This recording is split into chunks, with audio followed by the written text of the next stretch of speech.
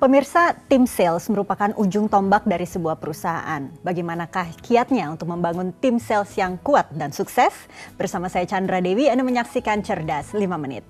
Dan di studio Metro Manulife, saya telah ditemani oleh Bapak Rusli Chan, Senior Vice President and Head of Agency Recruitment dari PT Asuransi Jiwa Manulife Indonesia. Selamat pagi, Pak Rusli. Selamat pagi, Chandra.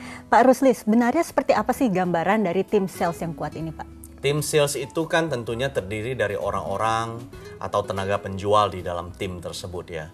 Jadi tim sales yang kuat itu tentunya salah satu indikasinya adalah orang-orang tersebut itu memberikan kontribusi penjualan terhadap perusahaan itu secara konsisten. Tapi untuk membentuk tim sales yang kuat itu pasti tidak gampang, Pak. Kiatnya bagaimana?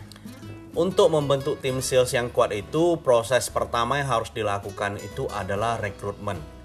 Rekrutmen itu dimulai dari sebuah mencari sebuah proses untuk mencari orang-orang yang tepat, orang-orang yang berkualitas untuk bergabung dengan tim tersebut. Orang-orang berkualitas yang dimaksud adalah memang orang-orang yang pintar untuk menjual atau yang bagaimana? Setiap orang sebenarnya memiliki bakat untuk menjual ya. Setiap orang mempunyai bakat untuk menjual, tetapi ada yang bakatnya itu terpendam, jadi perlu diasah. Jadi perlu dilatih. Jadi artinya pada saat kita melakukan proses mencari orang-orang berkualitas tersebut, antara lain ciri-cirinya adalah orang tersebut itu harus punya semangat. Jadi proses rekrutmen itu penting sekali melalui selection, melalui interview, pengamatan, dan dari track record kalau bisa kita dapatkan track recordnya, pengalaman dia di bidang sales sebelumnya. Kalau dia belum punya bidang sales, tentunya banyak hal yang harus kita lakukan, kita gali melalui proses interview. Oke, jadi setelah rekrutmen di interview kemudian bagaimana lagi? Setelah kita mendapatkan orang yang tepat, ya kualitas yang tepat yang kita inginkan di dalam tim sales kita, tentunya proses berikutnya adalah kita masukkan mereka ke dalam program pelatihan atau training.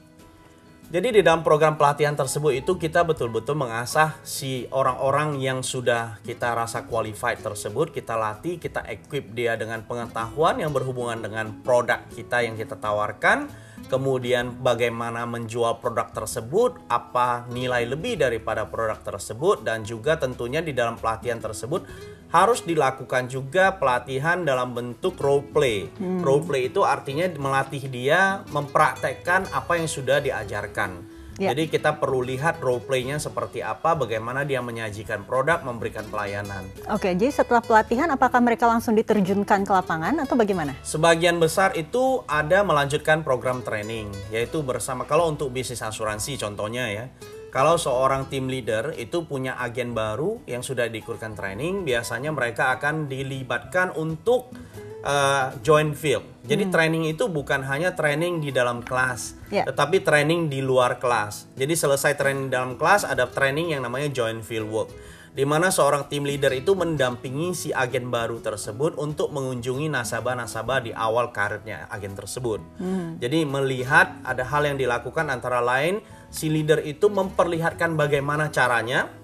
Di sisi yang lain juga si agen baru tersebut atau tim sales yang baru tersebut mempelajari dan juga mempraktekkan. Jadi ada porsi-porsi yang akan dibagi di dalam pelatihan atau training di lapangan.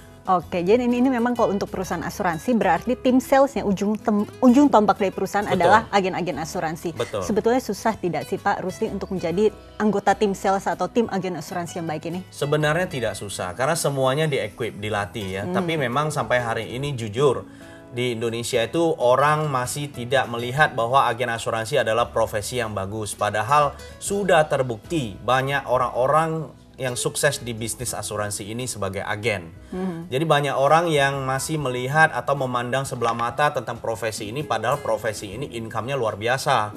Jadi sebenarnya yang penting adalah perusahaan asuransi secara konsisten melatih, ya, menseleksi dan melatih agen-agen yang berpotensi ya secara konsisten sehingga agen tersebut bisa sukses. Baik, terima kasih Pak Rusli atas informasinya. Dan pemirsa, demikianlah Cerdas 5 Menit, Cerdas Finansial untuk episode kali ini. Saya Chandra Dewi, sampai jumpa. Dipersembahkan oleh